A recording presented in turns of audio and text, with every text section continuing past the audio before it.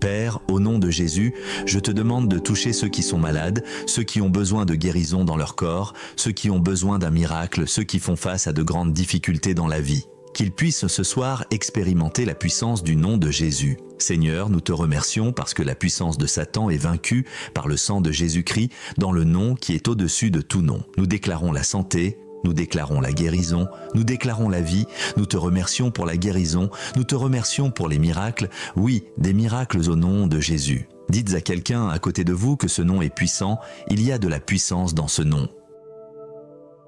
Je suis honoré de vous accueillir encore une fois dans l'émission Kanguka. Mon nom est Chris Nikumana. Il y a une parole que j'aimerais qu'on lise, c'est dans Psaume 73, verset 26. Je veux qu'on comprenne ces paroles car ce sont des paroles puissantes, des paroles qui encouragent et surtout lorsque vous avez des problèmes, quand vous vous sentez désespéré, quand vous n'avez plus la force de prier. Vous avez prié, vous avez jeûné et vous êtes arrivé au point où vous n'avez plus la force de continuer. Vous avez peut-être travaillé beaucoup dans l'espoir que Dieu vous bénisse, mais rien ne s'est passé, rien n'avance. Vous pensiez peut-être que les autres autour de vous allaient vous aider, mais ils n'ont rien fait pour vous. Tout le monde est indifférent. Il arrive aussi qu'on se sente seul, malgré qu'on croit en Dieu, malgré qu'on soit une personne sauvée, il arrive qu'on se sente seul. C'est pourquoi je veux qu'on lise ce verset. Il est écrit « Ma chair et mon cœur peuvent se consumer. Dieu sera toujours le rocher dans mon cœur et mon partage. » Je ne connais pas votre situation actuelle. Peut-être vous vous endormez toutes les nuits en pleurant. Et pourquoi? Parce que les nouvelles ne sont pas bonnes du tout. Dans votre mariage, rien ne marche. Ou au travail, la situation n'est pas du tout bonne. Devant vous et derrière vous, il n'y a rien de clair. Il n'y a rien d'encourageant. Vous ne voyez pas votre avenir. Tout est obscur. Tout est noir.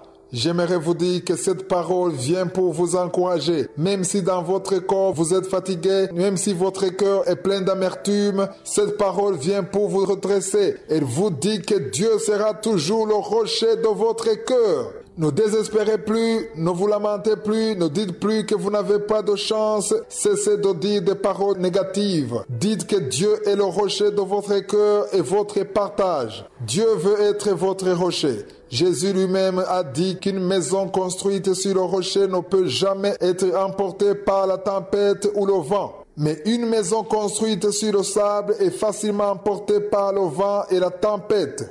Restaurez ce qui est détruit en vous. Refusez de construire sur le sable. Celui qui a bâti sa vie sur le rocher, qui est Dieu, ne peut jamais désespérer. Même si tout le monde l'abandonne, il croit toujours que je suis tracera pour lui le chemin. Même si tes enfants se comportent mal, tu crois toujours que je suis est capable de les transformer. Vous devez comprendre que votre Dieu ne vous a pas seulement créé, mais c'est un Dieu qui est tout puissant, c'est un Dieu qui est capable de faire ce qui est humainement impossible. Changeons notre façon de concevoir notre Dieu, changeons notre façon de concevoir les problèmes que nous traversons. Cessons de nous lamenter, cessons de nous plaindre à cause de ce que les autres ont fait dans notre vie, car les humains seront toujours des humains. Ne dites pas que Satan vous hait. C'est vrai, il ne vous aime pas, mais Jésus vous aime. Ne désespérez plus, construisez votre vie sur Jésus qui est le rocher. J'aime beaucoup la dernière partie de ce verset qui dit « Et il est mon partage ». Je m'adresse à tous ceux qui sont dans une situation difficile, désespérés. Les autres sont dans le deuil. J'aimerais vous dire de redresser votre cœur.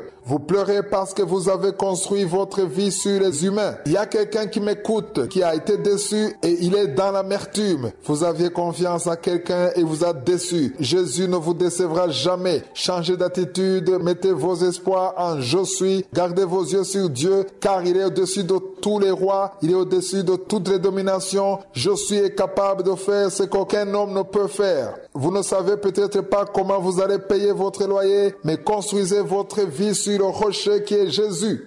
Quand vous vous appuyez sur je suis, vous êtes fort et ce qui est impossible devient possible. Tout ce qu'il vous demande, c'est de changer votre façon de concevoir la situation. Même si votre corps est fatigué, même si votre cœur n'a plus de paix, que cette parole de Dieu ramène la paix dans votre cœur. Dites-vous que votre Dieu sera toujours le rocher de votre cœur. Je suis est avec vous, il vous aime, même si les autres autour de vous se moquent de vous. Ayez confiance en Dieu car il tracera pour vous le chemin. Les problèmes dans notre vie peuvent être assez nombreux en sorte qu'il est même difficile pour nous de savoir comment nous comporter dans ces situations. Aujourd'hui, je vais réveiller toute personne qui connaît des temps difficiles, qui a été abandonnée, toute personne qui est dans la confusion, qui ne comprend pas exactement ce qu'il doit faire parce que dans sa famille, dans son mariage, dans son commerce, rien ne va. Je ne sais pas exactement quelle est votre situation, mais il y a une attitude que vous devez avoir dans ce genre de situation. Je veux vous sauver.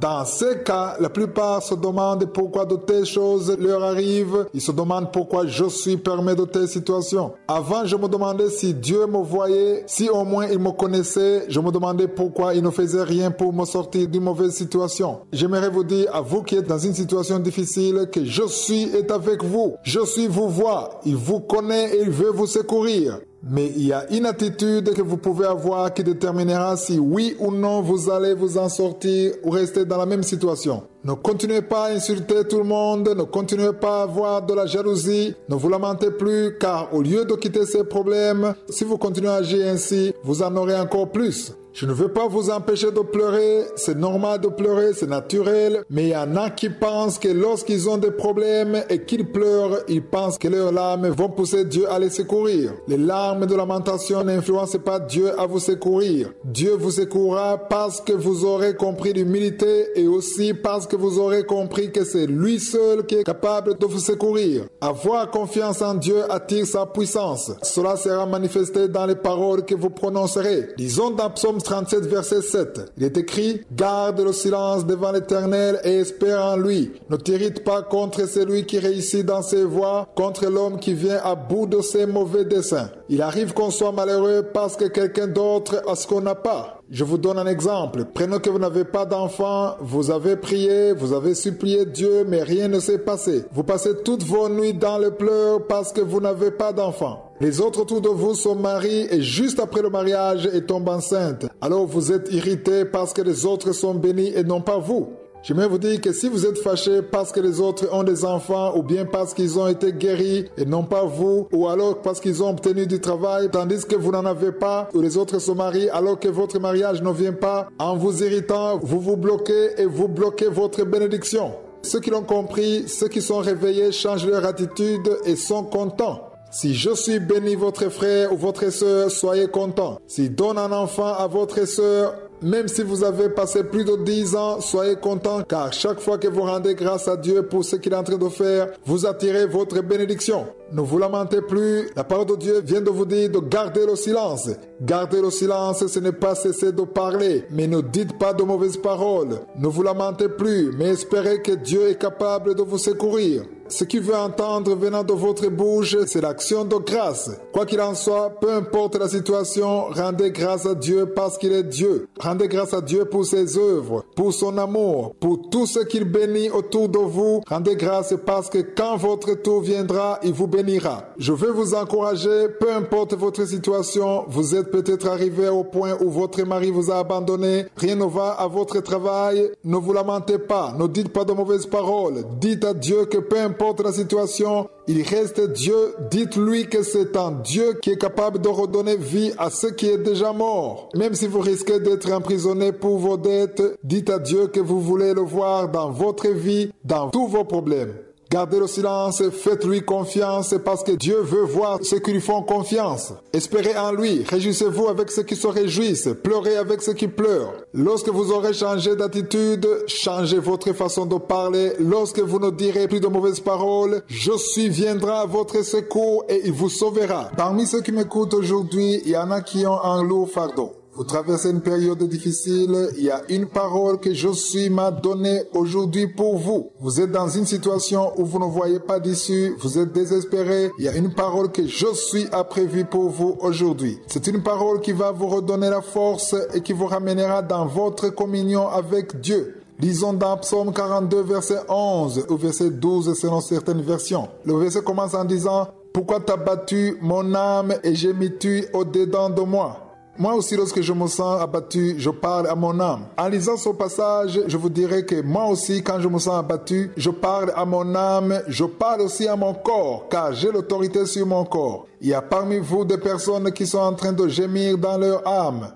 Vous avez tout essayé et pourtant rien ne va. Votre mariage ne va pas bien. Les enfants deviennent de plus en plus difficiles. À votre travail, rien ne marche. J'aimerais vous dire qu'il y a une chose que vous pouvez dire à votre âme. Dans ce passage, David dit « Espère en Dieu car je le louerai encore ». Si vous m'écoutez ce matin, je vous souhaite que votre cœur, votre âme, votre corps sache que vous croyez en « Je suis » et que vous ne cesserez jamais de le louer. Et pourquoi cela? Parce que dans ce passage, il est écrit « Il est mon salut et mon Dieu. Le Seigneur est votre salut et votre Dieu. » J'aimerais vous dire à vous qui êtes désespérés de confesser avec votre bouche. Parlez à votre cœur. Dites-lui que vous ne voulez pas vous lamenter. Refusez de vous lamenter car dans tous les problèmes que vous avez, je suis et votre salut. Il est votre Dieu. Tout ce que vous considérez comme impossible, je suis capable de le faire. Tout ce qu'il vous demande, c'est de garder vos yeux sur lui. Ne vous lamentez plus, ne désespérez plus, ne dites plus que vous n'avez pas de chance,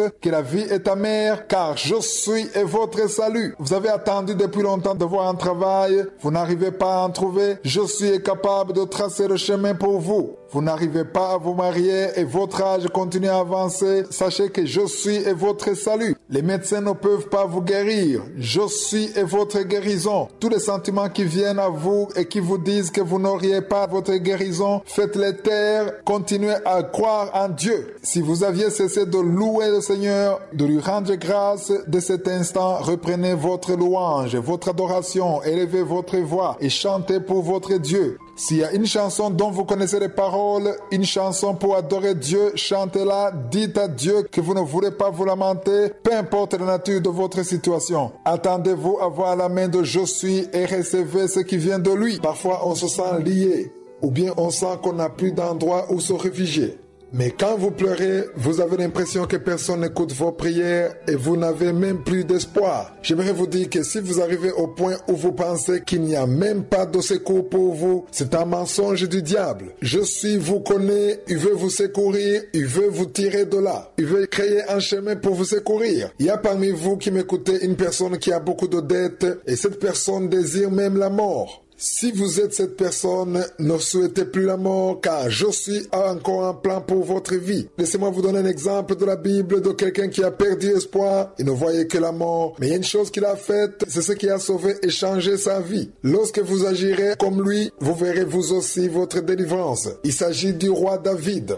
Lisons dans 1 Samuel chapitre 30. Je vous invite à lire tout le chapitre après cette émission. Au premier verset, ils étaient sortis, David et ses hommes, et quand ils sont revenus, ils ont trouvé tout le camp pillé et les agresseurs avaient même pris avec eux leurs femmes et leurs enfants. Ils avaient même brûlé toute la ville. Au verset 4, il est écrit, alors David et le peuple qui était avec lui élevèrent la voix et pleurèrent jusqu'à ce qu'ils n'eussent plus la force de pleurer. Si vous arrivez à pleurer, cela veut dire que vous avez encore la force de pleurer, car il arrive que même la force de pleurer vous manque. Le verset 6 m'a beaucoup encouragé lorsque j'avais des problèmes, et c'est sur ce verset-là même que j'aimerais attirer votre attention. Il est écrit, David fut dans une grande angoisse car le peuple parlait de le lapider parce que tous avaient de l'amertume dans l'âme. Peut-être que vous aussi, en ce moment, vous êtes plein d'amertume à cause de déceptions, à cause de tout ce qui ne va pas dans votre mariage ou dans votre travail. Vous avez l'impression que tout est amer. Cette parole est pour vous. Le verset continue en disant, chacun à cause de ses fils ou de ses filles. Ce n'est peut-être pas vos enfants qui vous manquent, mais il y a des choses qui ont de la valeur pour vous et vous ne les avez pas. La bonne nouvelle, c'est qu'il y a une chose que vous pouvez faire.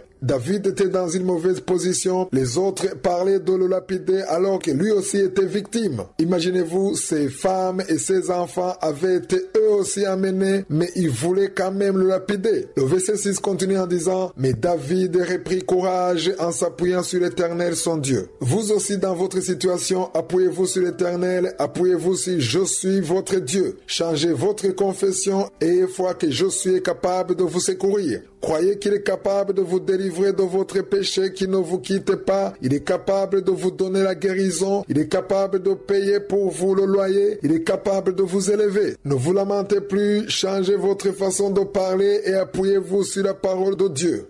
David l'a fait et il a eu la force. Je vous invite à lire tout le chapitre. Il a par après vaincu ses ennemis et a récupéré ses femmes et ses enfants et ceux de ses hommes aussi. Tout cela a été possible parce qu'une personne s'est appuyée sur la parole de Dieu. David s'est appuyé sur la parole de Dieu. Appuyez-vous sur la parole de Dieu. Appuyez-vous sur je suis et vous aurez la victoire. Souvent, les problèmes que nous rencontrons dans notre vie quotidienne nous distraient. En nous distrayant, le diable veut que nous gardions nos yeux sur autre chose, des choses sans importance. Comme ça, l'espoir est perdu. Il y a parmi vous qui m'écoutez des personnes qui ont perdu espoir. Il y a des femmes mariées qui n'ont plus d'espoir à cause de ce qui se passe dans leur maison. Vous avez un enfant, vous avez prié pour lui, mais au lieu de voir sa transformation, il continue à prendre de la drogue, de l'alcool. Il vit dans la fornication. Tout cela vous décourage. Ne perdez plus espoir car au ciel il y a un Dieu vivant. Le diable vous trompe. Il veut que vous gardiez vos yeux sur vos problèmes. Il y en a d'autres qui ne savent plus où se réfugier. Certains se sont réfugiés dans la drogue, dans l'alcool, dans des choses qui les détruisent. J'aimerais vous montrer le véritable refuge que vous devez avoir en cas de problème. Lisons dans Psaume 34, verset 8, selon la version de votre Bible. Le verset commence en disant « Sentez et voyez comment l'Éternel est bon ». Il y a cette sensation que vous devez avoir dans votre esprit, dans votre âme. Voyez avec vos yeux combien Dieu est bon. Vous vous demandez comment vous allez voir que Dieu est bon alors que vous avez des problèmes. Le rapport médical n'est pas bon du tout. Les factures s'accumulent du jour au jour. Vous vous attendez d'un moment à l'autre à un appel de la banque. Comment pourriez-vous dire dans ce cas que Dieu est bon?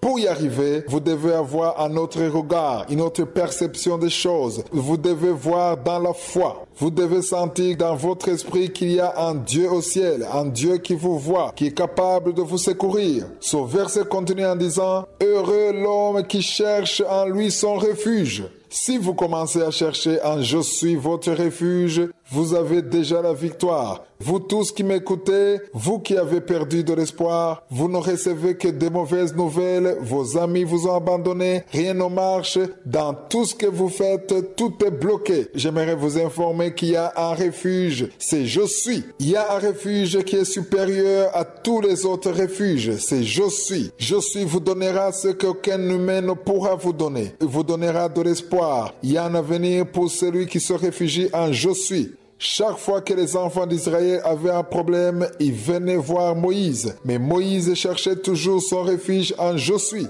Dieu vous secourra si vous cherchez votre refuge en lui. Peut-être vous ne saurez pas par quel moyen il passera pour vous sauver, mais vous le verrez vous secourir. Vous le verrez faire des choses extraordinaires dans votre vie. Il attend juste une chose. Où allez-vous chercher votre refuge? Qui est votre refuge? Ne vous réfugiez pas dans un homme parce que lui aussi a des problèmes. La personne que vous cherchez pour que vous aide, elle aussi a ses propres soucis. C'est pourquoi vous devez vous réfugier en « Je suis ». Lorsque vous cherchez votre refuge en « Je suis », il apportera dans votre vie une personne qui a la solution à votre problème. Il y a parmi vous qui m'écoutez des personnes qui sont incapables de voir la bonté de Dieu. Il y a des personnes qui ne peuvent pas sentir la bonté de Dieu. Là, je ne parle pas d'une manière physique, mais c'est spirituellement qu'on sent la bonté de Dieu. Dieu ne ment jamais. Il a dit qu'il est avec vous et il sera toujours avec vous. Chaque fois que vous aurez la foi et que vous garderez vos espoirs en lui, il vous secourra toujours. Ce que je suis en train de vous dire, ce n'est pas juste ce que j'ai lu dans le livre des psaumes, mais c'est surtout ma vie. Chaque fois que j'avais des problèmes, chaque fois que je n'avais aucun secours, aucun refuge, chaque fois que les portes étaient fermées, j'allais devant Dieu et je l'appelais. Je lui disais que personne d'autre ne peut me sauver. Si vous avez un problème avec votre femme, votre mari, votre travail, si vous avez un fardeau, la solution est simple. Venez à Dieu, réfugiez-vous en lui, car celui qui trouve son refuge en lui verra sa bonté. Il verra sa main car il n'y a nulle part où vous pouvez trouver refuge. Les humains ont toujours des limites, mais Je suis n'a aucune limite. Venez à lui, criez à lui, appelez-le dans la foi et dans le nom de Jésus, ainsi vous aurez votre délivrance. Il peut arriver de perdre espoir, de perdre confiance, même si vous croyez en Dieu, il peut vous arriver de ne pas trouver un refuge, quelque chose qui vous réconforte, de douter même de Dieu. Vous pouvez vous demander pourquoi vous priez sans jamais voir le résultat, sans voir aucun changement alors que vous priez. Si vous arrivez à ce moment-là, c'est une bonne période pour Satan car il en profite pour vous montrer que Dieu vous a abandonné. Si vous êtes dans cette situation, il y a une parole que Josué m'a donnée aujourd'hui pour vous encourager. C'est dans Ephésiens 3, verset 20. C'est un verset qui encourage, qui donne de l'espoir et une nouvelle révélation. Souvent, nous prions et nous voulons que Dieu intervienne, mais cette parole dit « Oh, à celui qui peut faire par la puissance qui agit en nous infiniment au-delà de tout ce que nous demandons ou pensons. » Dieu n'est pas seulement capable de vous donner ce dont vous avez besoin, mais il est aussi capable de faire pour vous au-delà de ce que vous demandez. Votre problème est minime comparé à ce que Dieu est capable de faire.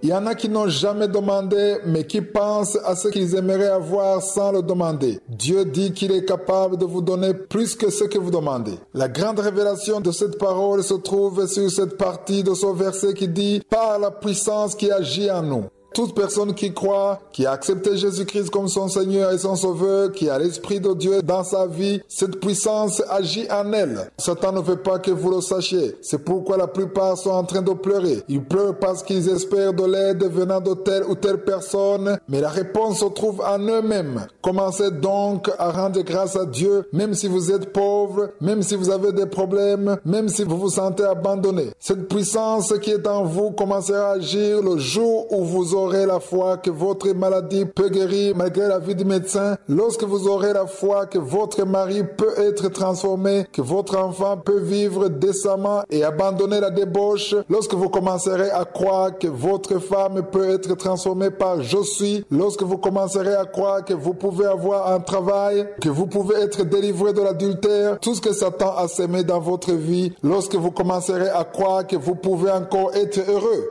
Il y en a qui m'écoutent, qui n'ont plus la joie. La puissance qui est capable de vous donner la joie ne vient pas de l'extérieur, mais elle est en vous. Elle agira si vous avez la foi dans le nom de Jésus. C'est en vous qui est la puissance, en vous qui est la réponse. La parole de Dieu dit que Dieu a cherché une demeure. Sa demeure n'est autre que votre corps. Votre corps est le temple de Dieu. Dieu veut demeurer dans votre corps. Commencez donc à rendre grâce à Dieu parce qu'en vous il y a la puissance. Même si le diable vous montre que vous n'avez rien, vous êtes peut-être malade et vous vous sentez épuisé, mais ayez confiance. Croyez qu'en vous, il y a une autre force. C'est ce que nous venons de lire dans Ephésiens 3, 20. J'ai beaucoup aimé cette parole car elle donne de l'espoir. Elle nous montre que Dieu n'est pas seulement capable de nous donner ce que nous demandons, mais plus que ce que nous demandons. Tout ce dont vous avez besoin, je suis capable de vous donner plus que ce que vous avez demandé. Il y a des surprises que Dieu peut faire dans votre vie par la puissance qui agit en vous. Cette puissance n'a pas de limite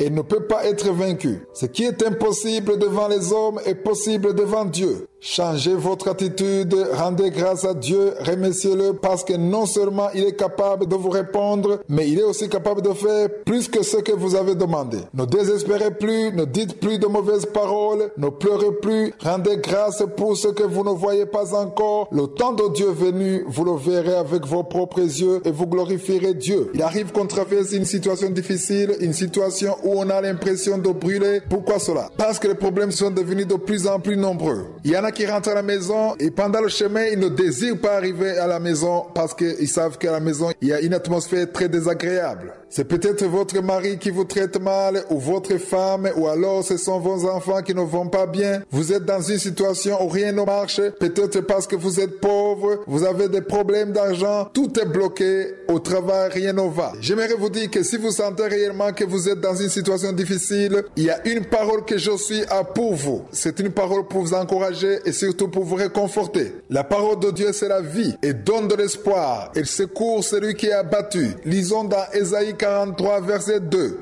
Il est écrit, si tu traverses les eaux, je serai avec toi. Et les fleuves, ils ne te submergeront point. Si tu marches dans le feu, tu ne brûleras pas. Et la flamme ne t'embrasera pas. Si vous êtes désespéré, si vous sentez que rien ne va, sachez que Satan vous ment, car je suis vous aime encore. Ne considérez pas votre faiblesse ou la situation que vous traversez. Je suis avec vous. Prenez cette parole comme étant la vôtre. Vous avez peut-être l'impression que votre vie s'est arrêtée, mais ayez l'assurance que votre vie est entre les mains de je suis. Il y a une femme qui m'écoute en ce moment même. Vous avez des enfants, mais Satan a pris le contrôle de vos enfants. J'aimerais vous dire que je suis capable de redresser vos enfants, car il dit que la flamme ne vous embrassera pas tant que vous serez avec lui. Il y a des personnes qui m'écoutent, qui me demandent souvent comment ils pourront voir ce que je dis. Ils me demandent comment croire ce qu'on ne voit pas encore. Vous devez savoir que la foi, c'est justement croire ce qu'on ne voit pas parce que vous avez confiance que la parole de Dieu est vivante. Si vous trouvez que cette parole que je viens de lire est incompréhensible pour vous, au moins croyez que c'est une parole qui vient de Dieu. Si elle vient de Dieu, vous avez juste besoin de croire en elle. Vous avez besoin de marcher selon cette parole. C'est la parole qui tracera pour vous le chemin. Moi-même, je vis la parole de Dieu. Ce ne sont pas les hommes qui me font vivre. Ce ne sont pas les papiers qui me font vivre. Ce ne sont pas les diplômes. Mais c'est la parole de Dieu qui me fait vivre jusqu'aujourd'hui. Jésus a dit que le juste ne vivra pas de pain seulement, mais il vivra de toute parole qui sort de la bouche de Dieu. Croyez en cette parole. Ayez confiance que je suis est avec vous. Il tracera pour vous le chemin. Tout ce que vous considérez comme impossible deviendra possible pour je suis. Vous êtes peut-être lié par un péché. Vous n'arrivez pas à abandonner ce péché. Je suis va vous délivrer. Si vous êtes humble, si vous l'appelez et commencez à lui rendre grâce. Si vous êtes dans une situation désespérée, changez votre façon de prier. Commencez à rendre grâce à Dieu. Confessez ce deuxième verset et rendez grâce à Dieu parce qu'il va tracer pour vous le chemin. Et si vous le croyez réellement avec votre cœur, il le fera certainement. J'aimerais vous dire que chacun d'entre nous a ses propres problèmes. Chacun porte sa croix. Vous pouvez penser que les autres sont mieux que vous, qu'ils ont beaucoup de choses, de l'argent, un mari, une femme, des enfants. Tout cela, c'est juste ce que vous voyez. La personne que vous voyez, la personne que vous enviez, qui a tout ce que vous n'avez pas, elle aussi a des choses qui lui manquent. Elle a ses propres fardeaux. Il y a beaucoup de problèmes dans son monde. Même s'il y a des problèmes dans son monde, il y a la réponse, la solution. Nous avons une parole qui nous encourage. Jésus dit dans Matthieu chapitre 11 verset 28 ceci: « Venez à moi, vous tous qui êtes fatigués et chargés, et je vous donnerai du repos. » Jésus donne le repos et là, il nous donne une invitation officielle. Je ne suis pas en train de parler à ceux qui vont bien, qui n'ont aucun problème. Je parle surtout à ceux qui sont fatigués. Vous pouvez être fatigué par vos péchés, par vos dettes. Vous êtes peut-être dans l'incapacité de payer votre loyer. Vous êtes peut-être fatigué par vos enfants qui sont devenus impossibles à gérer. Vous êtes fatigué à cause de votre mari. Vous êtes fatigué à cause de votre célibat, votre femme. Vous n'arrivez pas à trouver un bon partenaire pour votre vie. Peu importe ce qui vous fatigue. Jésus donne une invitation à ceux qui sont fatigués. Pourquoi sommes-nous constamment fatigués? Parce que nous portons sans arrêt nos propres fardeaux. Il y a parmi vous qui écoutez cette émission quelqu'un qui passe toutes les nuits en pleurant. Pourquoi cela? Parce qu'elle porte son fardeau. Apportez votre fardeau, apportez tout à Jésus. S'il s'agit d'un péché que vous n'arrivez pas à abandonner, Jésus vous donnera la force. Jésus vous promet qu'il vous donnera le repos. Le premier repos que Dieu donne, c'est la paix du cœur. Le problème que nous rencontrons souvent, c'est que même si nous allons dans la présence de Dieu, au lieu de lui donner notre fardeau, nous le gardons sur nous encore et encore. Apprenons à aller devant la présence de Dieu et surtout à tout déposer devant lui. Ne retournez pas en arrière comme vous êtes venus. Si vous êtes devant Dieu en pleurant, sortez de la présence de Dieu convaincu que Dieu est déjà votre secours. Rien n'a peut-être changé pour l'instant, mais commencez à rendre grâce à Dieu. Vous reconnaîtrez quelqu'un qui est à la foi à cause de son langage. Il change de langage. Si avant il n'y avait que des larmes aux yeux, vous étiez découragé, si vous vous lamentiez, changez tout ça. Ne dites plus que vous n'avez plus de chance. La plupart aiment demander à Dieu pourquoi eux. Vous dites toujours pourquoi moi? Pourquoi est-ce que cela m'arrive? Satan est très content lorsque vous dites ce genre de paroles. Au lieu de rendre grâce à Dieu, il veut que vous vous lamentiez. Ne dites plus ces paroles car il vient de vous donner une parole vivante. Venez à Jésus et il vous secourra. Vous ne voyez peut-être pas le changement, mais même si vous avez des problèmes, lorsque vous savez que Dieu est avec vous, lorsque vous savez qu'il a la solution, vous n'aurez aucun souci car rien ne lui est impossible. Il est capable de tout. Jésus, lorsqu'il est ressuscité, il a dit que tout pouvoir lui a été donné, toute la puissance, toute la force lui a été donnée au ciel, sur la terre et en dessous de toute la terre. Ayez foi en Jésus car il est prêt à vous secourir. Rendez grâce et ne vous lamentez plus. Lisons aujourd'hui dans Matthieu 19, verset 26. Il est écrit, Jésus les regarda et leur dit, aux hommes cela est impossible, mais à Dieu tout est possible. C'est le message que j'ai pour vous aujourd'hui. Je vais parler à tous ceux qui sont désespérés. Vous avez prié longtemps, rien n'a changé. Vous êtes arrivé à la conclusion que votre mari ne peut plus changer. Vous êtes maintenant convaincu que votre femme ne peut plus changer, mais Jésus dit que c'est possible. Si vous avez la foi que tout est possible, alors ce sera possible pour vous. On vous a dit que votre maladie est incurable, mais vous pouvez guérir. Si vous avez la foi, tout est possible. Vous pensez que votre enfant ne sera jamais transformé, mais c'est possible car tout est possible devant Dieu. Vous avez tout essayé, tout ce qui est humainement possible de faire, mais rien ne change. Il y en a qui m'écoutent ce matin et qui ont déjà abandonné. Ils se disent qu'ils ne peuvent plus rien faire. Vous êtes même arrivé au stade où vous vous demandez si Dieu vous entend. Moi-même, cela m'est arrivé dans le passé. Je me demandais si Dieu pouvait au moins m'entendre. Je me demandais si au moins Dieu pouvait me connaître. Pourquoi? Parce que rien n'allait dans ma vie, tout était bloqué. Si vous êtes dans cette situation, il y a un message important que Dieu veut vous donner aujourd'hui. Il dit que ce qui est impossible aux hommes est possible pour je suis. Beaucoup considèrent que c'est possible lorsqu'ils le comprennent dans leur intelligence. Je vais vous inviter à changer votre façon de voir les choses. Ne considérez plus seulement votre intelligence, ne considérez plus seulement les informations que vous avez. Il ne faut pas seulement considérer ce que vos yeux vous montrent, mais considérez surtout la parole de Dieu. C'est possible. Pourquoi? Parce que Dieu dit que c'est possible. C'est si simple que ça. Il y a quelqu'un qui m'écoute en ce moment. Vous avez un enfant qui est lié par la drogue. Vous avez prié, vous avez supplié, mais votre enfant ne change pas. Dieu vous dit qu'aujourd'hui, tout est possible. Votre enfant peut être délivré. Si dans votre foyer, dans votre mariage, rien ne va, il y a parmi vous ceux qui ne veulent même plus voir leur conjoint. Ils veulent aller dans un endroit isolé. J'aimerais vous demander de changer votre façon de voir les choses. Prier, c'est bien, mais n'allez pas dans la prière en vous lamentant. N'accusez plus Dieu, mais dites à Dieu que même si vous ne voyez aucune voie de sortie, vous croyez en lui. Il arrive qu'on ne voit nulle part aucune voie de sortie. On désire s'en sortir, mais en vain. On essaie de fuir et même fuir devient impossible. Si vous ne voyez aucune voie de sortie, voici la voie qui vous est donnée aujourd'hui. C'est dans Matthieu 19, verset 26. Jésus dit, aux hommes cela est impossible, mais à Dieu tout est possible. Il est vrai que certaines maladies sont incurables. Pour les hommes, c'est impossible. Mais c'est possible pour Dieu.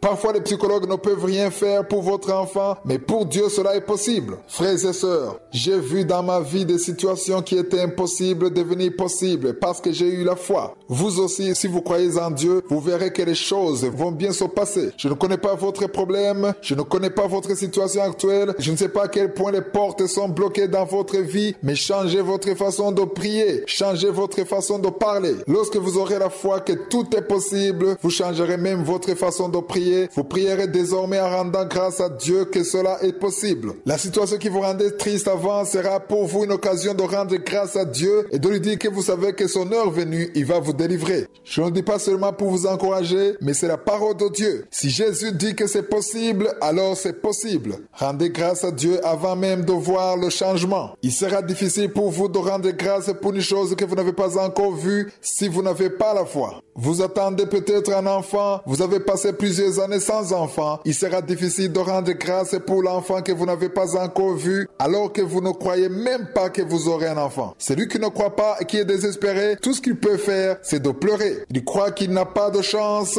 mais je vous invite à avoir la foi. Commencez à rendre grâce à Dieu pour ce que vous n'avez pas encore vu, car la parole de Dieu vient de nous dire que tout est possible pour Dieu. La parole de Dieu, c'est le remède le plus efficace par rapport à tous les autres remèdes. Il y a beaucoup de choses que nous traversons et nous avons besoin de cette parole. Il est vrai que les remèdes nous sont utiles, mais le premier remède, c'est la parole de Dieu. La parole de Dieu, c'est la vie. La parole de Dieu crée. Dieu a créé le soleil, la lune et les étoiles par sa parole. La parole de Dieu crée la force, l'énergie. C'est pourquoi je vous donne souvent les paroles d'exhortation, car cette même parole peut transformer ou changer complètement votre vie. Il y a parmi vous des personnes qui m'écoutent qui ont beaucoup de problèmes. Vous êtes fatigués, vous n'avez même plus la force de prier, vous sentez que rien ne marche dans votre vie, vous avez l'impression que tout est contre vous, tout ce que vous essayez de faire ne marche pas. Avant de résoudre le premier problème, un autre survient et ainsi de suite. Lisons dans Psaume 18, versets 31 à 32. Dans certaines versions, ce sont les versets 32 et 33. Il est écrit, « Car qui est Dieu si ce n'est l'Éternel? Et qui est un rocher si ce n'est notre Dieu?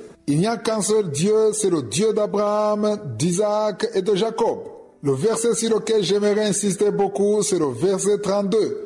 Dans les autres versions, c'est le verset 33, il est dit, c'est Dieu qui me ceint de force. Il y a une certaine force dont vous avez besoin. Lorsque vous vous ceignez de cette force, je ne sais pas si vous comprenez ce que je veux dire. Pour les femmes africaines qui portent des pagnes, les femmes africaines se ceignent des pagnes. Pour que ce soit bien serré, pour que ça ne tombe pas, ils se ceignent des pagnes. Ici, on nous dit qu'on se ceigne d'une force. C'est pour ça qu'on dit que lorsque vous vous ceignez de cette force, comme on se ceigne d'un habit ou d'une pagne, cette force vous met dans un certain confort, dans une certaine protection. J'aimerais m'adresser à ceux qui ont perdu la force, qui sont affaiblis, ceux qui sont en train de se lamenter. Vous êtes fatigués, vous sentez de l'amertume, cela vous arrive parce que vous n'avez plus la force. Celle que vous aviez avant vous a quitté. Cette parole vient de nous dire que c'est Dieu qui est capable de nous ceindre de sa force. Je veux que tout le monde comprenne ce que je viens de dire par se ceindre. Les femmes africaines comprennent ça. Il y a une pagne, on se ceint une pagne pour que ce soit forte. Parfois, vous marchez dans la rue et la pagne tombe par terre. Ici, on nous parle de la force qui était sur nous, mais qui n'est plus là. Avant, vous priez, avant, vous aviez la force, mais vous n'avez plus la force. Vous êtes affaibli. Et la parole de Dieu nous dit que Dieu est capable de nous ceindre de sa force. Cette force qui est partie peut revenir.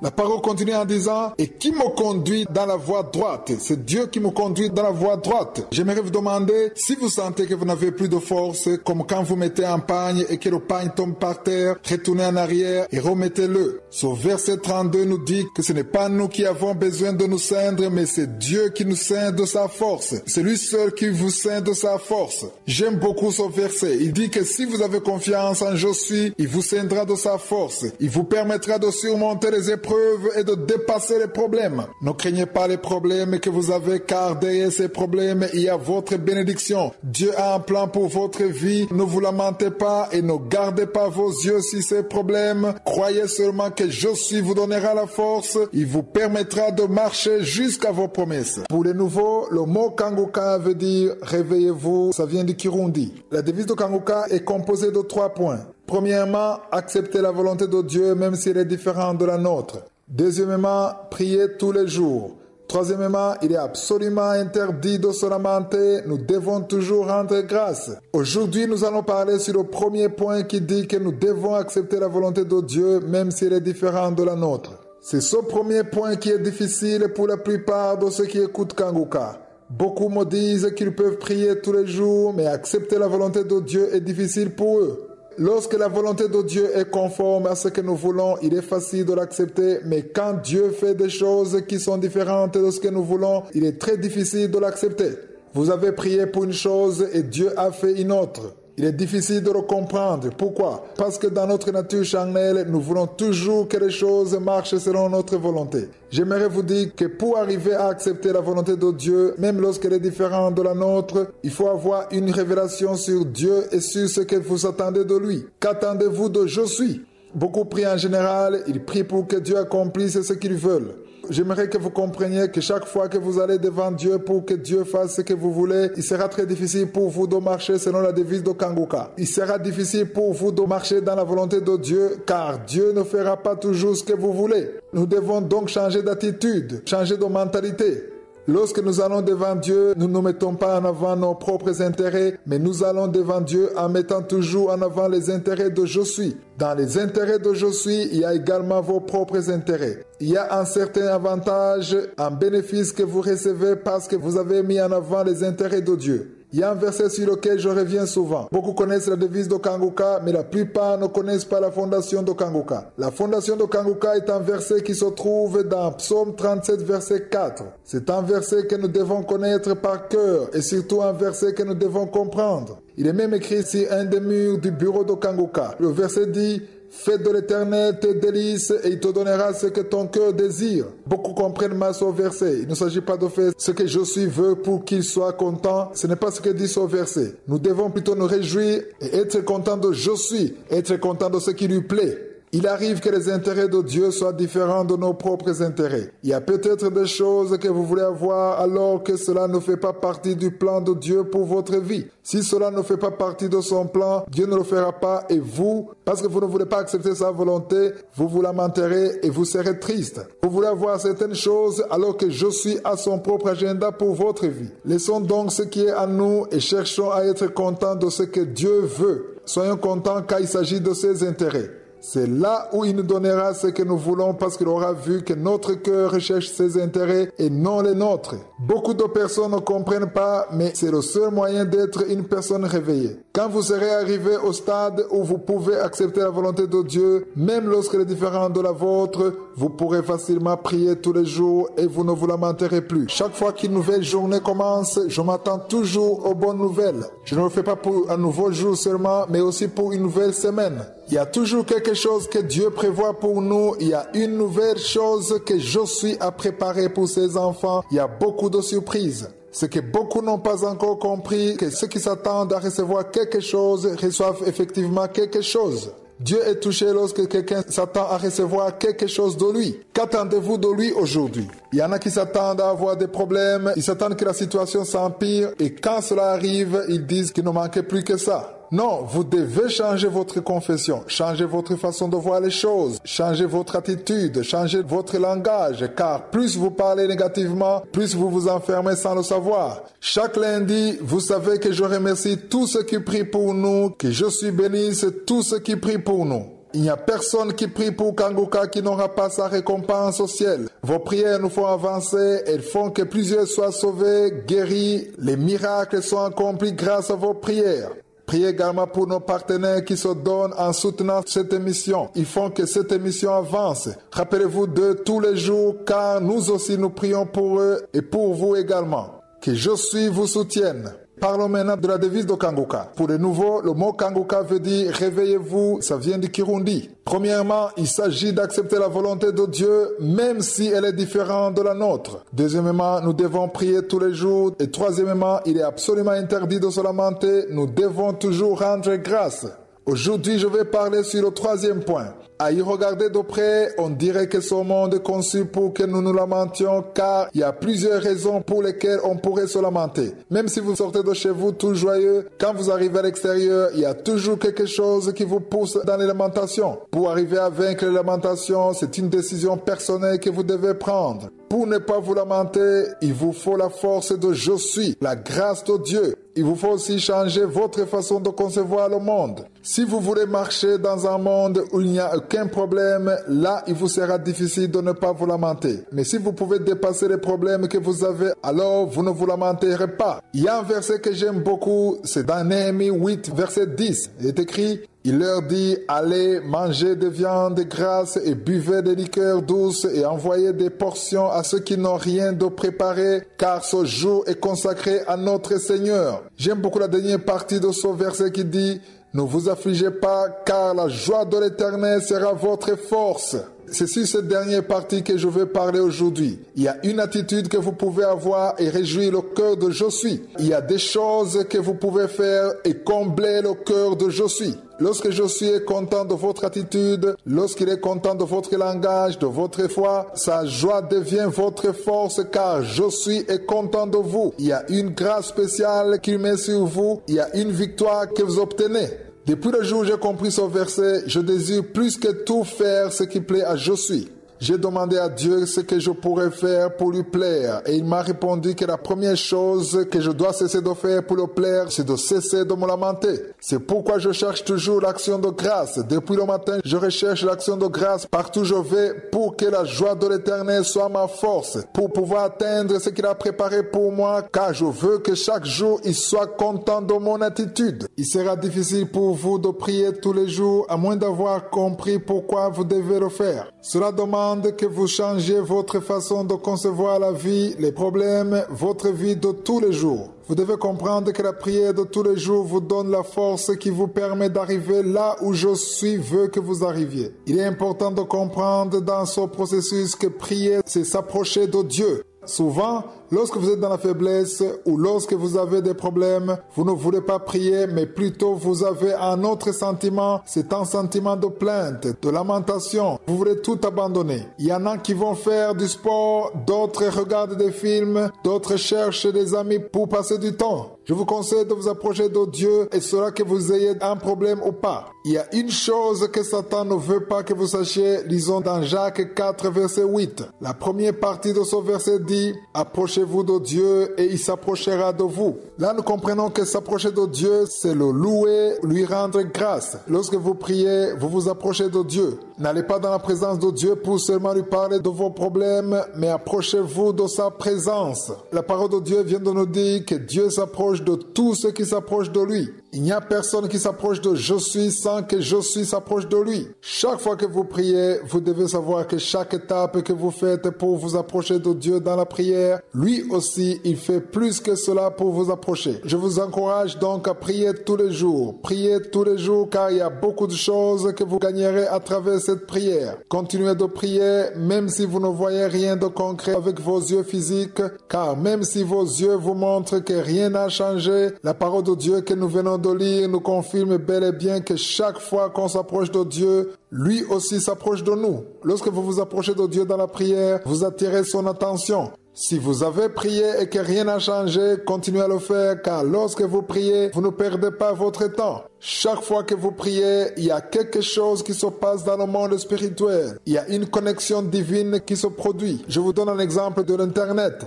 À part ceux qui écoutent cette émission à la radio, tous les autres, vous écoutez l'émission Kanguka à partir de vos téléphones ou de vos ordinateurs. Vous vous servez de la connexion Internet. Sans cette connexion Internet, vous ne pouvez pas écouter l'émission Kanguka. Pour pouvoir télécharger cette émission à partir de l'application, il vous faut une connexion Internet. Prier, c'est être connecté à Dieu. Lorsque vous priez, votre esprit est connecté à l'esprit de Dieu et vous pouvez obtenir ce qui vient de lui. Lorsque vous priez, vous n'obtenez pas seulement des choses matérielles, mais vous obtenez plus que des choses matérielles. Vous obtenez la foi, vous obtenez la paix, la révélation, la force, tout ce que je suis a préparé pour vous. Si vous ne priez pas, il y a beaucoup de choses que vous ratez. Si vous avez arrêté la prière, je vous invite à revenir dans la prière. Soyez réveillés, priez, ne quittez pas votre maison sans avoir prié, car c'est dans la prière qu'il y a la vie. Beaucoup n'ont pas encore compris que lorsqu'on accepte la volonté de Dieu dans sa vie, il y a une puissance extraordinaire qui se manifeste dans le monde spirituel en notre faveur. Lorsque vous acceptez les choses qui sont différentes de ce que vous voulez, cela touche le cœur de je suis. Il y a un ange que je suis envoie pour vous réconforter dans votre situation. C'est ce qui est arrivé à Jésus. Vous pouvez lire ce passage dans Luc 22, 42 à 43. Ce passage m'a beaucoup enseigné et je suis comment mettre en pratique cette parole. Lorsque vous acceptez de passer dans un chemin que vous ne voulez pas emprunter, je suis vous envoie un ange pour vous fortifier. Un ange qui vous permettra de faire ce que vous ne pourriez jamais faire par vous-même. Avant que je suis n'aille à la croix, il a eu très peur. Il est arrivé à un point où il ne voulait plus y aller. Il a essayé de ne pas boire sur cette coupe. Nous le voyons au verset 42, il est écrit « Père, si tu voulais éloigner de moi cette coupe ». En d'autres mots, Jésus demandait à Dieu le Père de sauver le monde par un autre moyen qui ne devait pas le forcer d'aller à la croix. Mais il a bien terminé en disant « Toutefois, que ma volonté ne se fasse pas, mais la tienne ». C'est une chose sur laquelle je reviens souvent dans cette émission car ça a complètement changé ma vie de prière. Le verset 43 dit « Un ange lui a apparu du ciel pour le fortifier ». D'où est venu cet ange? C'est je suis qui l'a envoyé. Pourquoi est-ce qu'il l'a envoyé? Parce que Jésus a accepté la volonté de Dieu le Père qui était complètement différente de la sienne.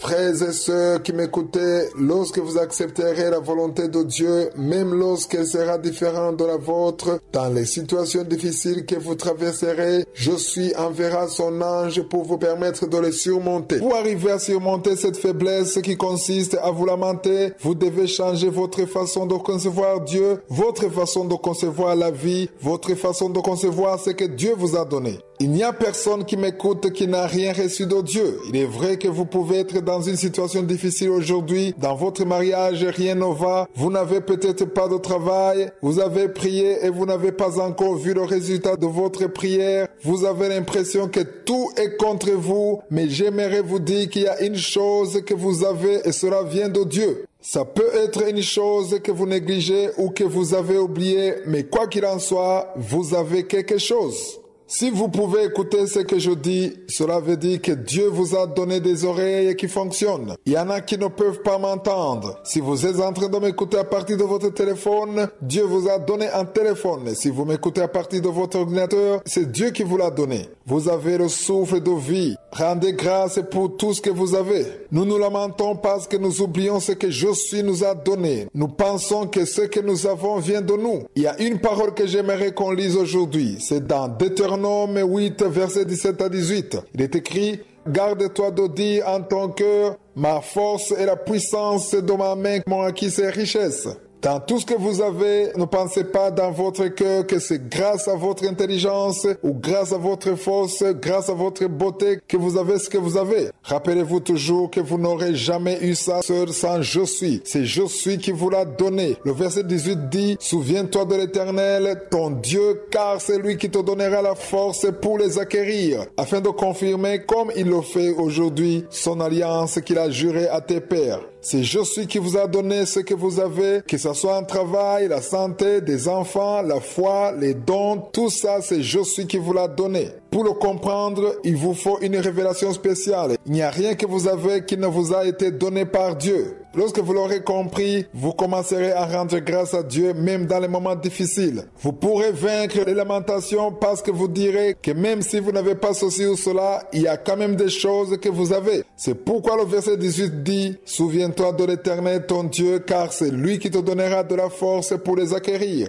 C'est après l'avoir compris que vous commencerez à rendre grâce pour ce que vous avez et vous ne vous lamenterez plus à cause de ce que vous n'avez pas. Nous mettons beaucoup d'énergie dans les lamentations à cause de ce que nous n'avons pas. Les uns se demandent pourquoi leurs enfants n'ont pas réussi à l'école. Les autres pourquoi leurs maris sont comme ils sont. Pourquoi ils ne peuvent pas avoir leur propre maison. Pourquoi ils marchent à pied et n'ont pas de voiture. Il y a toujours une raison de se lamenter. Celui qui se lamente considère ce qu'il n'a pas. Il oublie déjà que ce qu'il a, c'est je suis qui le lui a donné. Il y a cet esprit de lamentation que vous pouvez chasser grâce à l'action de grâce en vous rappelant que tout ce que vous avez, c'est Dieu qui vous l'a donné. Cet esprit de lamentation veut toujours vous montrer ce que vous n'avez pas et il vous fait oublier ce que vous avez. À part que vous devez mettre beaucoup d'efforts à apprécier ce que vous avez, rappelez-vous aussi que tout ce que vous avez, c'est je suis qui vous l'a donné. Cela vous permettra de vaincre les lamentations. La plupart de ceux qui m'écoutent, je sais que vous priez. Seulement la façon dont vous le faites, c'est ce qui est différent. Les uns prient sans la foi, les autres prient avec foi. Même si vous ne priez pas tous les jours, je sais quand même que vous priez. Il n'y a personne qui écoute Kanguka qui ne prie jamais. Vous aviez peut-être une vie de prière avant, même si aujourd'hui vous ne priez pas. L'objectif de cette émission, surtout lorsque je parle de la devise de Kanguka, c'est de pousser et de motiver les enfants de Dieu à prier tous les jours.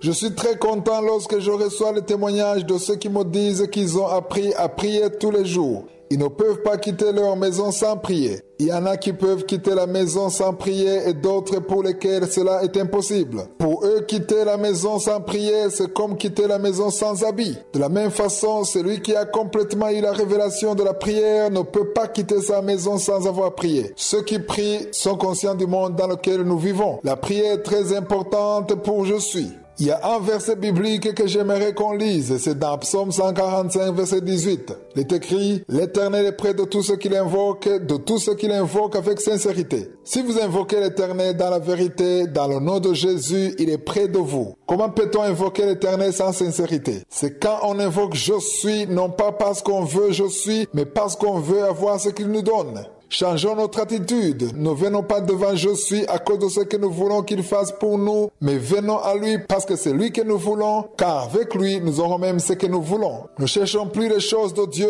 mais cherchons d'abord Dieu. Je suis est celui qui vous donnera tout ce dont vous avez besoin. Cela demande que vous le cherchiez avec sincérité et vous devez le faire tous les jours. Ne priez pas uniquement parce que vous avez un problème. Ne priez pas parce que vous voulez seulement dire merci à Dieu pour la bénédiction qu'il vous a donnée, mais priez tous les jours. Lorsque vous le ferez et que je suis verra que votre cœur le cherche, il sera avec vous, ainsi vous aurez la victoire et Satan fuira loin de vous. S'il y a une chose qui est difficile pour les enfants de Dieu, c'est d'accepter ce que je suis dit, surtout lorsque c'est différent de ce qu'ils veulent. Dans notre nature charnelle, nous voulons toujours faire ce que nous voulons faire ce que nous aimons et nous voulons surtout servir Dieu à notre manière. Quant à je suis, il nous demande de faire les choses à sa manière, car il a des projets pour nous, il les a préparés depuis toujours, avant qu'Adam et Ève ne viennent au monde. Dieu vous connaît depuis toujours. C'est pourquoi vous devez toujours prier pour que sa volonté soit accomplie dans votre vie comme elle est au ciel, et cela que ça vous plaise ou pas. J'aimerais vous donner un exemple biblique de quelqu'un à qui il a été très difficile d'accepter la volonté de Dieu. Il peut arriver de ne pas accepter la volonté de Dieu parce que peut-être vous ne le comprenez pas ou parce que vous considérez cela comme de la folie ou de la stupidité, mais dans tout ce que Dieu dit, il ne veut qu'une chose, c'est votre obéissance. Dieu veut votre obéissance. Apprenons à obéir afin que ce que Dieu a préparé pour nous soit accompli. L'exemple biblique que je vais vous donner, c'est dans 2 Rois, chapitre 5, versets 1 à 14. Lisons du 1er au 3e verset. Naaman, chef de l'armée du roi de Syrie, jouissait de la faveur de son maître et d'une grande considération, car c'était par lui que l'Éternel avait délivré les Syriens. Mais cet homme fort et vaillant était lépreux. Or, les Syriens étaient sortis par troupes et ils avaient amené captive une petite fille du pays d'Israël qui était au service de la femme de Naaman. Et elle dit à sa maîtresse, « Oh, si mon Seigneur était auprès du prophète qui est en Samarie, le prophète le guérirait de sa lèpre. » Au verset 9, il est écrit, Naaman vint avec ses chevaux et son char et s'arrêta à la porte de la maison d'Élisée. Lisons le verset 10. Élisée lui fit dire par un messager, va et lave-toi 7 fois dans le Jourdain, ta chair deviendra saine et tu seras pur. En d'autres mots, Élisée a demandé à Naaman, qui est le grand général, d'aller se laver 7 fois dans l'eau du Jourdain. C'était la condition pour être guéri. Je vous invite à lire attentivement le verset 11. Il est écrit, Naaman fut irrité et il s'en alla en disant, voici je me disais, il sautira vers moi, se présentera lui-même, il invoquera le nom de l'Éternel son Dieu, il agitera sa main sur la place et guérirait le lépreux. Du verset 13 au 14, il est écrit, mais ses serviteurs s'approchèrent pour lui parler et il dit, mon père, si le prophète t'eût demandé quelque chose de difficile, ne l'aurais-tu pas fait? Combien plus dois-tu faire ce qu'il a dit? Lave-toi et tu seras pur. Il descendit alors et se plongea 7 fois dans le Jourdain selon la parole de l'homme de Dieu et sa chair devint comme la chair d'un jeune enfant et il fut pur. On voit bien qu'il fallait juste qu'il accepte la volonté de Dieu même s'il ne voulait pas le faire.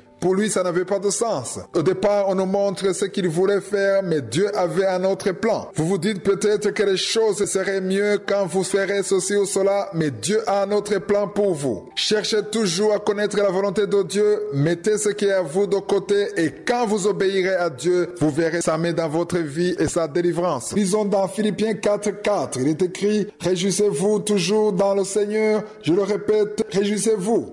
Dans toutes les versions, on voit que Paul dit 2 fois. Pourquoi est-ce qu'il reprend cette phrase? Réjouissez-vous. C'est parce qu'il est très important pour nous de nous réjouir dans le Seigneur. Il ne faut pas nous lamenter, mais nous devons toujours nous réjouir dans le Seigneur. Pourquoi faut-il nous réjouir dans le Seigneur? Parce qu'il n'y a nulle part où on pourrait se réjouir à part en Jésus-Christ. Car même lorsque rien ne va, même lorsque vous ne voyez nulle part la solution, en Jésus, il y a toujours une solution. Jésus a déjà vaincu. Ce que j'aimerais vous dire à propos de ce verset, c'est que Paul a écrit cela alors qu'il était en prison. Moi-même, j'ai été étonné de le savoir. Quand on parle de prison, il ne s'agit pas de nos prisons modernes. Mais à cette époque, c'était des prisons où ils étaient maltraités, ils étaient battus, torturés. Mais Paul leur dit ceci, réjouissez-vous toujours dans le Seigneur. Je le répète, réjouissez-vous. Personne ne pourrait dire aux autres de se réjouir alors que lui n'est pas en train de se réjouir. Il vous faut garder cette joie en vous pour vouloir que les autres aient aussi cette joie. Paul dit qu'il faut se réjouir dans le Seigneur parce que là où il était, logiquement parlant, il n'aurait pas pu se réjouir. Il n'aurait pas pu non plus dire aux autres de se réjouir parce qu'ils ont de belles maisons, de belles voitures, de femmes, car lui non plus n'avait pas cela. Il était prisonnier, mais au moins il était content de savoir que Jésus était sur le trône de gloire. Paul se réjouissait dans le Seigneur et non pas dans les biens matériels. Êtes-vous content que Jésus soit sur son trône de gloire? Il est vrai, il y a des choses qui ne marchent pas dans votre vie. Vos enfants vivent dans la débauche, l'un se drogue, l'autre vit dans la fornication, votre mari est peut-être en ivrogne, mais Jésus, lui, est sur son trône de gloire. J'aimerais vous dire qu'aussi longtemps que Jésus est sur son trône de gloire, cette situation peut changer d'un moment à l'autre. Vous avez peut-être passé plusieurs années dans le chômage, mais si Jésus Jésus est sur son trône de gloire, il peut vous donner un travail. Vous avez tout fait pour être délivré de l'adultère, mais si Jésus est sur son trône, votre délivrance est possible. C'est pourquoi vous devez vous réjouir en lui. Chaque fois que Jésus sera sur son trône de gloire, ce qui est impossible aux hommes sera possible pour vous. Ne vous lamentez plus, rendez grâce à Dieu, soyez contents car ce qui est impossible aux hommes est toujours possible avec Jésus. Je rends grâce à Dieu car beaucoup d'entre vous ont compris l'importance de prier tous les jours. Lorsque vous priez tous les jours, vous avez la vie. Celui qui prie tous les jours, qui passe du temps dans la prière, qui ne peut jamais quitter sa maison sans prier, celui-là ne peut pas rester la même personne. C'est impossible. Lorsque vous priez, il y a une chose qui est accomplie dans le monde spirituel pour vous. Il y a une connexion qui est établie entre vous et Dieu grâce à la prière. Dans tout ce que Dieu fait, il recherche la prière. Vous pouvez dire qu'il y a des choses que vous avez obtenues sans la prière, mais il y a des personnes qui ont prié pour vous. Dieu utilise la prière en votre faveur ou en faveur des autres. La prière est nécessaire tous les jours. Il y a une puissance extraordinaire qui se manifeste dans vos prières lorsque vous persévérez. Je vous invite à lire dans Luc chapitre 18 verset 1 à 7. Le premier verset dit « Jésus leur adressa une parabole pour montrer qu'il faut toujours prier et ne point se relâcher. Beaucoup commencent la prière mais ne continuent pas. Il est important pour vous de persévérer dans la prière. Il y en a qui commencent la prière puis abandonnent par après parce qu'il manque la persévérance ou bien parce que rien ne se passe. Certains prient le samedi, ils mettent la main là où ils souffrent, puis quand rien ne se passe, ils se relâchent, ils abandonnent. Je ne sais pas la raison pour laquelle vous priez, mais si vous êtes arrivé à un point où vous êtes désespéré, où vous ne priez plus, j'aimerais vous encourager. Levez-vous encore, continuez, persévérez dans la prière, ne vous arrêtez pas. Jésus dit qu'on doit continuer à prier. C'est ce que nous avons lu au premier verset dans Luc chapitre 18. Si vous continuez à lire ce passage, vous verrez que Jésus donne une parabole d'une veuve et d'un juge inique. Les versets 4 à 6 disent « Pendant longtemps, il refusa, mais ensuite il dit en lui-même « Quoique je ne craigne point Dieu et que je n'ai d'égard pour personne, néanmoins parce que cette veuve m'importune, je lui ferai justice, afin qu'elle ne vienne pas sans cesse me rompre la tête. » Le Seigneur ajouta « Entendez ce que dit le juge inique. » Le verset 7 est celui qui m'intéresse beaucoup. Il dit « Et Dieu ne fera-t-il pas justice à ses élus qui crient à lui jour et nuit, et tardera-t-il à leur égard ?» Si vous priez pour une chose et que vous avez déjà obtenu la confirmation que vous l'avez obtenue de la part de Dieu, ne vous relâchez pas. Continuez à rendre grâce, même sans avoir vu cela. Si par contre vous n'avez pas encore eu la confirmation, continuez à frapper à la porte car Dieu vous écoutera. Il ne peut pas ignorer vos prières. Continuez, persévérez car vous verrez la main de Je suis. C'est dans Ézéchiel 36 verset 26. Il est écrit, je vous donnerai un cœur nouveau et je mettrai en vous un esprit nouveau. J'ôterai de votre corps le cœur de pierre et je vous donnerai un cœur de chair. Je ne sais pas si vous comprenez ces paroles. Dieu dit que pour que vous puissiez accepter la volonté de Dieu, même si elle est différente de la vôtre, il y a des choses qui sont nécessaires. La première, c'est un esprit nouveau, celui-là même que Dieu veut vous donner. Priez pour que Dieu vous le donne. La deuxième chose, c'est un cœur de chair. Chaque fois que Dieu vous dit une chose et que vous refusez, cela veut dire que votre cœur est un cœur de pierre. Un cœur de pierre est un cœur qui n'accepte pas, un cœur qui résiste à Dieu. Il y a une chose que Dieu déteste, c'est la résistance. Dieu ne veut pas vous entendre contester avec lui. Moi aussi, je le faisais avant. On résiste à Dieu parce qu'on veut qu'il fasse ce que nous voulons. Changez votre attitude. Dites à Dieu que vous voulez faire sa volonté sans considérer ce que vous voulez. Êtes-vous à son niveau? Nous tous, nous avons nos préférences, nous avons notre propre façon de concevoir la vie, nous avons notre façon de voir l'avenir de nos enfants, l'avenir de nos familles, nous n'aimons pas les mêmes choses.